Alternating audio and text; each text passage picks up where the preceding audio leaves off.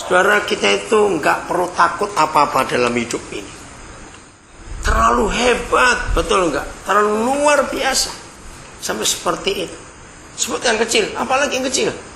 Sakit malaria. Sakit malaria kecil, nyamuk aja lebih kecil dari kita. Lu betul, sakit malaria kecil. Lu betul. Jangan takut. Oke? Karena kita dijadikannya hampir sama seperti dia. Belum selesai. Lihat. Dan telah apa? Nah, ayo saya tanya. Apa bedanya topi dan mahkota? Cepat jawab. Jangan begitu jawabnya. Apa bedanya topi dan mahkota? Mahkota untuk raja. Kalau topi apa? Untuk panas gitu loh. Susah sekali. Oke. Nah, kalau Papa di surga memakotai kita, berarti kita itu apa? Bukan, rajanya udah mahkotai kok. Kalau anak raja belum pakai mahkota. Kalau dia mau mahkotai kita, berarti kita apanya? Raja. Amin. Maka itu mau takut apa dalam hidup ini? Nah, jadi makin hari kita belajar firman Tuhan, makin kita kenal kepada Papa kita, makin kagum kita kepada Dia, maka gak ada alasan kita gak memuji Dia. Jadi pujian penyembahan itu bukan diatur, bukan disuruh, bukan dibuat, tapi itu otomatis keluar. Pujian penyembahan gak harus di gereja, gak harus waktu ibadah. Maaf, jangan tersinggung. Tapi ini yang saya suka perhatikan dari dulu. Kalau engkau bisa berak saja, puji Dia. Kalau nggak bisa berak itu ke dokter mahal. Lo betul tidak? Jadi waktu duduk di WC bisa keluar itu, ucapkan syukur, puji Dia. Tuhan kau luar biasa. Amin. Bisa mandi itu bersyukur. Karena di banyak negara di dunia orang nggak bisa mandi karena nggak ada air. Betul tidak? Jadi ada banyak hal yang kita bisa jadikan alasan untuk kita kagum kepada Papa di surga. Ada banyak alasan. Walaupun waktu sakit sekalipun, tetap kita punya alasan untuk bersyukur. Belajar dari Yusuf. Kalau kita belajar dari Yusuf, walaupun gak ada kata Yusuf suka nyanyi, suka nyembah, gak ada kata itu, tapi hidupnya penuh pujian kepada Tuhan. Kenapa? Karena dia gak pernah ngomel. Kan lawan katanya pujian kan ngomel. Dia gak pernah ngomel. Jadi Yusuf itu sungguh-sungguh dia percaya, padahal kita tahu betapa penderitaannya seperti itu. Dan telah memakotainya, gak sekedar mahkota, tapi apa? Mahkota apa? Kemuliaan dan hormat. Terus engkau membuat dia itu siapa tadi? Saya. Membuat saya, katakan. Ayo baca sama-sama ayat 6 ya. Ayat 7. 1, 2, 3. Engkau membuat saya berkuasa atas buatan tanganmu. Segala-galanya telah kau letakkan di bawah kakinya. Kaki saya, maaf. Ini lebih hebat lagi. Garis bawahi kata segala-galanya. Diapakan segala-galanya oleh Bapa di surga? Diletakkan di mana? Kaki saya. Apa itu segala-galanya? Ya, apa itu semuanya? Cepat. Khawatir. Iya, khawatir, jodoh tadi itu. Iya, malaria, masa depan apalagi. Segala-galanya.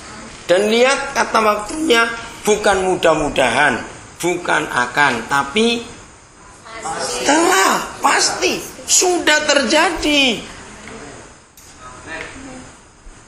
Maka itu kalau orang Kristen tidak kenal siapa papanya di surga, kita memalukan dia betul-betul dalam hidup ini. Kita memalukan dia. Kita tidak menunjukkan kehebatan papa kita. Contoh saja.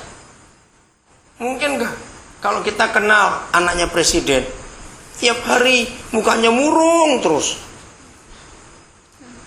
Kira-kira dia menghina bapaknya enggak kalau begitu? Ayo, menghina bapaknya tidak? Menghina sekali.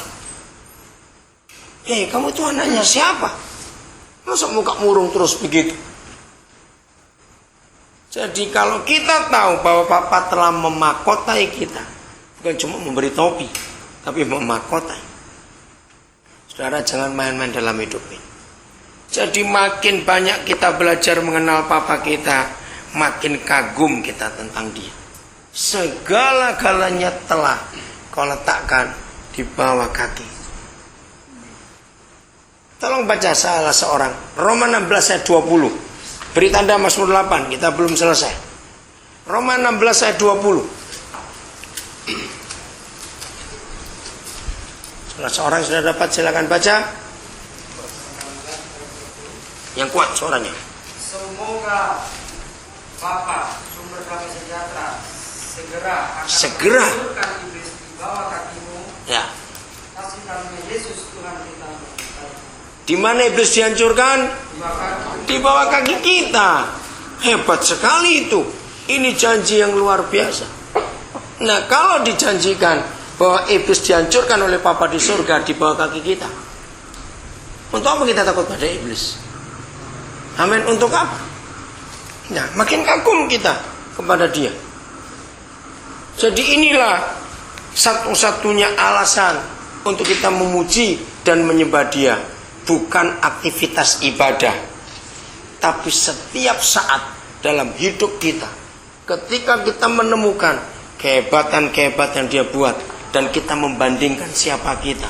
Ingat tadi, antara kita dengan semut itu aja bandingannya. Ngapain kita memperhatikan semut? Ngapain kita pusing-pusing dengan dia? Nah, itulah Tuhan kepada kita. Kambing, domba, lembu, sapi sekalian, juga binatang-binatang di padang, burung-burung di udara, dan ikan-ikan di laut, dan apa yang melintasi arus lautan, itu semuanya yang diletakkan di bawah kaki kita. Nah, sebetulnya bukan cuma binatang-binatang itu, tapi lihat, semua penyakit, ya, yang sekolah kedokteran kan tahu, semua penyakit itu sebetulnya binatang, karena virus. Betul enggak? Itu binatang. Jadi kalau Tuhan menuliskan ayat ini untuk kita, segala-galanya binatang-binatang itu telah diletakkan di bawah kaki kita, itu artinya enggak ada satupun penyakit yang bisa mengalahkan kita. Nah, dari situ kita makin kagum lagi. Lihat ayat yang ke-10. Baca sama-sama ya. 1, 2, 3. Ya Yahweh, Yahweh kami, betapa apa mulianya namamu di mana? Di seluruh bumi. Nah, inilah pujian. Inilah penyembahan. Enggak harus ada musik, tidak harus pakai lagu, walaupun itu penting juga. Jadi tidak ada alasan di antara kita nggak bisa menyembah, gitarnya putus semua senarnya. Nggak ada alasan, karena nggak perlu musik. Yang penting hati kita, bagaimana kita kagum dan bangga pada Bapa kita. Ingat lagi sekali, bumi itu nggak punya tiang, nggak punya gantungan. Tapi lihat, tetap bisa konsisten di tempat itu. Dia berputar, kekuatannya luar biasa. Satu kali Roh Kudus membawa saya waktu saya masih jadi guru sekolah minggu. Ketika anak-anak bertanya, Om, apa itu Tuhan Maha Kuasa? Aduh, ngomong apa saya? Sulit mendengar pada anak-anak. Bagaimana Tuhan Maha Kuasa? Saya berdoa, Roh Kudus berhikmat, minggu depan kamu ketemu mereka bawa globe. Tahu globe ya? Bola dunia itu. Nah, ketika Roh Kudus nyuruh saya beli bola dunia itu, saya sadar langsung. Dan ketika saya bawa ke kelas sekolah minggu pakai globe itu, saya dapat banyak hal yang luar biasa dari reaksi anak-anak itu. Coba renungkan. Kalau dunia bulat, Indonesia di sebelah mananya? Bukan, ya dari bulatan itu Indonesia di mananya? Ayo cepat mikir, masa kalah sama anak-anak sekolah minggu? Indonesia itu di mananya dari bola dunia itu? Bawah mana? Mikir, ini ilmu bunya bagaimana ini kok di bawah? Di bawah garis khatulistiwa kan? Bukan, salah lagi. Tepat di garis khatulistiwa itu Indonesia. Ya jadi di mana letaknya? Saudara, kita itu nggak perlu takut apa-apa dalam hidup ini.